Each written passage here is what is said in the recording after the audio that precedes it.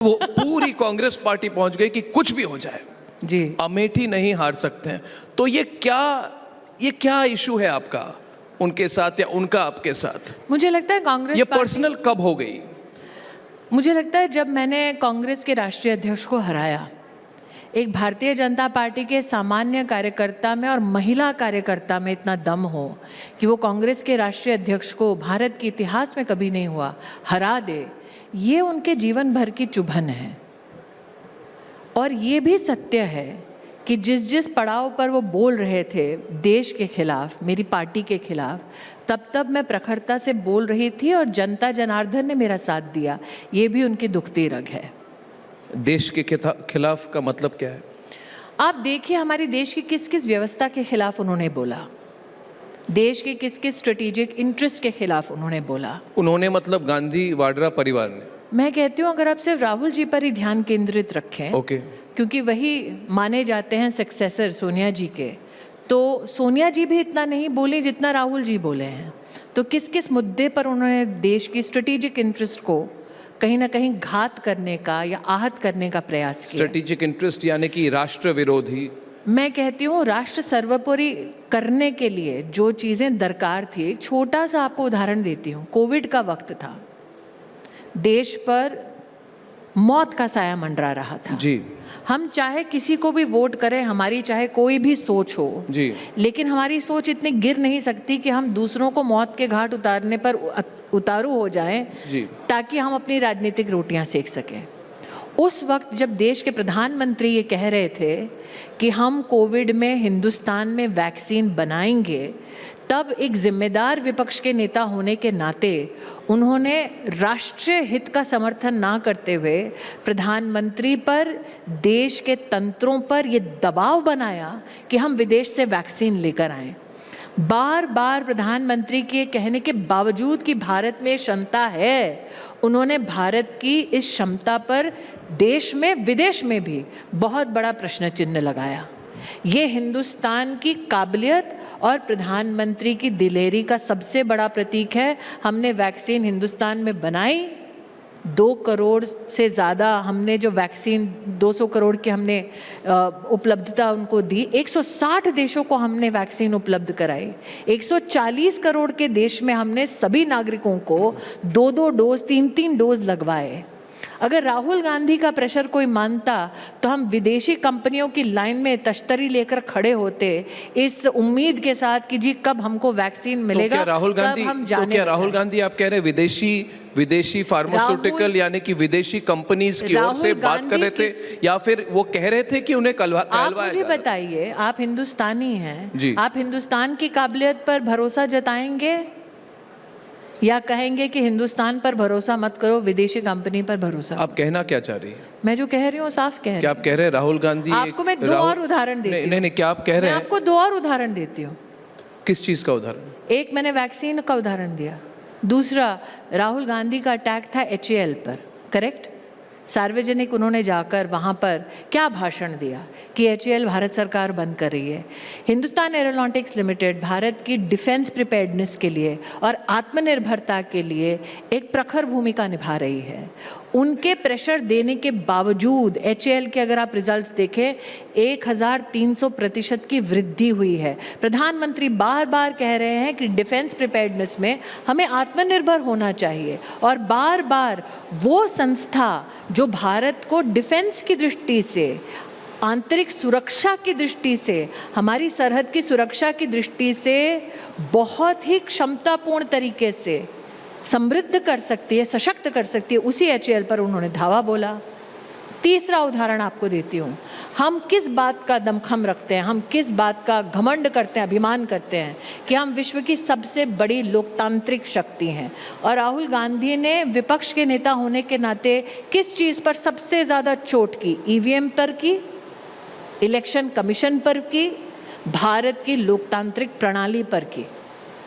चौथा उदाहरण देती हूँ। एक मिनट, क्या आप कह रही हैं, बात अगर आप कह रही हैं तो खुलकर हो जाए, क्या स्मृति ईरानी जी आप कह रही हैं कि राहुल गांधी एक फॉरेन एजेंट है?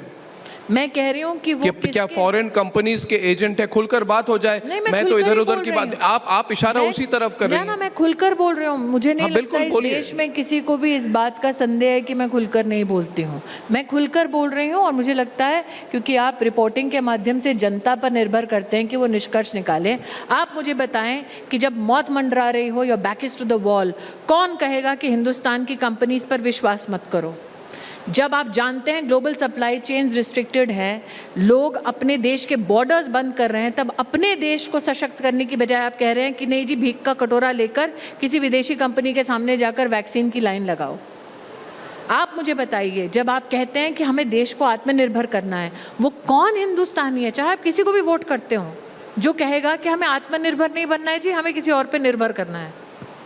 अगर हम कहें कि हमारी सरहद पर हमारे जवान देश की रक्षा कर रहे हैं और अगर कोई आतंकी दस्ता हम पर हमला करता है जो स्टेट स्पॉन्सर्ड टेररिस्ट है, कौन हिंदुस्तानी जाकर अपने देश की आर्मी से प्रमाण मांगेगा? मुझे बताइए। आज एक विदेशी सरकार बैठ के, मैंने कहा ना, आप लोकतांत्रिक ढांचे पे पहले अपनी ईवीएम पर, इलेक्शन कमीशन पर आप अटैक होते देखते हैं, फिर आप अपनी आर्थिक व्यवस्थाओं पर अटैक होते देखते हैं, अब आप आपकी मीडिया पर अटैक होते देख रहे हैं।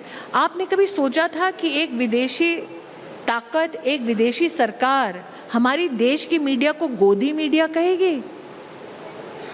कनाडा का एक कम्युनिकेशन हमारी देश की मीडिया को गोदी मीडिया कहता है। गोदी मीडिया तो विपक्ष कहता था।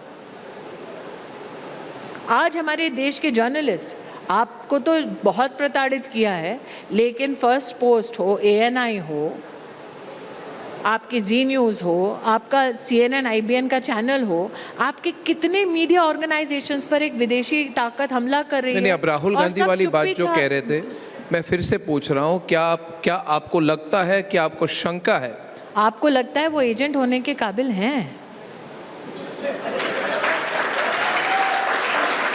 तो आपको ये आप कह रहे हैं कि ये इनकी लैक ऑफ अंडरस्टैंडिंग है? मतलब कि देखिए, कोई क्या उनको कोई यूज कर रहा है? नहीं, क्या ये गलतियां हैं? क्योंकि आपने कहा इलेक्शन के बाद आपने अर्नब जी एक चीज आपने एक मैं आपकी ऑडियंस से एक चीज पूछ लूं, आपकी नहीं, मैं 1 मिनट ये पूछ लेता हूं कि आपने कहा कि एक स्ट्रेटेजिक चेंज हुई है राहुल गांधी के पॉलिटिक्स में, हाँ है ना? हाँ। और जो आप इधर इंडिकेट कर रही है कि राहुल गांधी जो कर रहे हैं राष्ट्र विरोधी काम कर रहे हैं, विदेशी कंपनीज को हेल्प कर रहे हैं, मैं आपको नेशनल इंटरेस्ट के खिलाफ काम कर रहे हैं, तो क्या नहीं, क्या कोई उनको स्मृति जी यूज कर रहे हैं या फिर वो ऐसे ही हैं? देखिए, आप तो मुझसे ऐसे टिप्पणी मांग रहे हैं जैसे कि is he being manipulated by someone or is he doing this on his own? Like I said, I am not biologically related to him, hence I cannot tell you about his genetic predisposition to manipulation from international agencies. I can only say this. How much of this is convenient for his politics is to be reflected upon. और how much of this is convenient to other countries?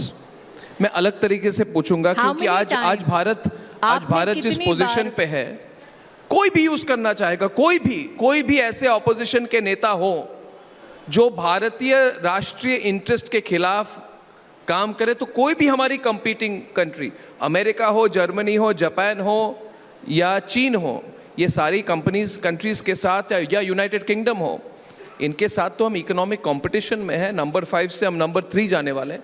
कई सारी countries होंगी वो चाहेंगी कि India के defence exports नहीं बढ़े, कई सारी कंट्रीज चाहेंगी कि इंडिया की फार्मास्यूटिकल प्रोडक्शन नहीं बढ़े, इंडिया की मैन्युफैक्चरिंग बेस नहीं बढ़े। चाइना चाहेगी कि आईफोन्स अभी भी चीन में बने, कि आईफोन्स अगर इंडिया में बनने शुरू हो जाए तो किसी न किसी, और राहुल गांधी ने क्या कहा अमेरिका में, कहा कि भारत की कोई मैन्युफैक्चरिंग बेस है ही नहीं, सब चीन की मैन्युफैक्चरिंग बेस है।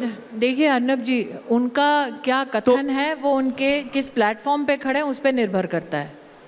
आप कह रहे हैं कि किसी अंतर्राष्ट्रीय प्लेटफॉर्म पर जाकर कहते हैं वो कि भाई चीन में ये काबिलियत है कि चीन में ऐसी प्रिसिजन बेस्ड मैन्युफैक्चरिंग हो सकती है, लेकिन हरियाणा के चुनाव में आकर वो जलेबी की फैक्ट्री लगाना चाहते हैं।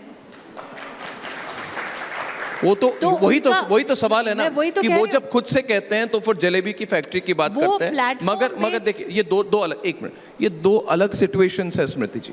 खुद से जब राहुल गांधी जलेबी की फैक्ट्री एक्सटेम्पोर बात करते हैं, जब उनको कोई स्पीच लिख के नहीं देता, तो वो जलेबी की फैक्ट्री वाली लॉजिक का आता है।